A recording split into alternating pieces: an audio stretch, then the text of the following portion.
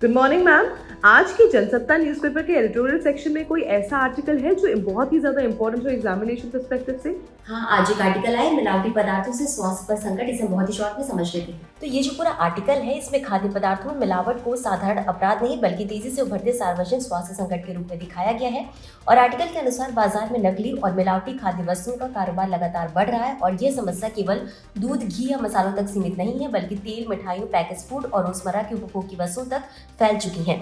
अब आंध्र प्रदेश की तिरुपति बालाजी मंदिर के प्रसाद लड्डू में मिलावट का मामला इस चिंता को और बढ़ा देता है। और वहीं 2019 से 2024 तक बनाए गए 20 करोड़ लड्डू में नकली घी का इस्तेमाल हुआ था।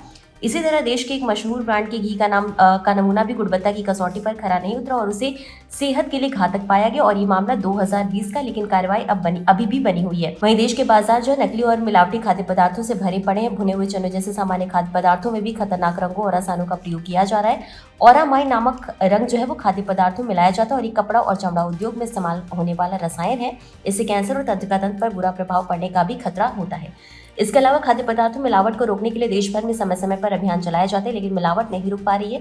नकली मावा, नकली दूध और मिलावटी मसालों का व्यापार धड़ल्ले से चला आ रहा है।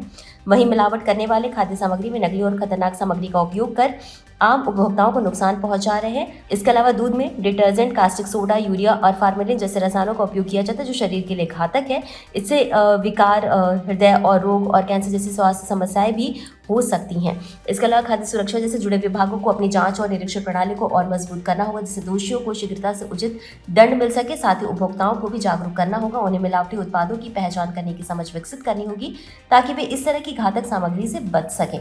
खाद्य उद्योग में पारदर्शिता बढ़ाने के लिए तकनीकी उपायों को भी अपनाना आवश्यक है, जैसे कि डिजिटल ट्रेडिंग प्रणाली, जिससे उत्पाद की गुणवत्ता और शोध का पता चल सके। इसके अलावा किसानों और उत्पादकों को भी गुणवत्ता बनाए रखने के लिए प्रोत्साहित किया जाना चाहिए। वहीं खाद्य पदार्थों मिलावट और नकली उत्पादों पर प्रभावी नियंत्रण के लिए प्राधिकरण को अपनी कार्यप्रणाली को निष्पक्ष और मजबूत बनाना होगा।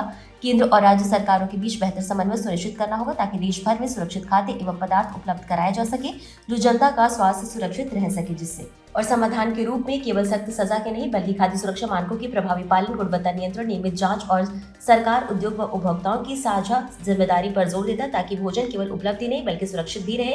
और इसी के साथ ये जो टॉपिक है ये आपके जीएस पेपर 2 स्वास्थ्य और शासन से जुड़ा है, साथ ही साथ जीएस पेपर 3 खाद्य सुरक्षा से जुड़ा है। तो आज के लिए बस इतना ही। धन्यवाद।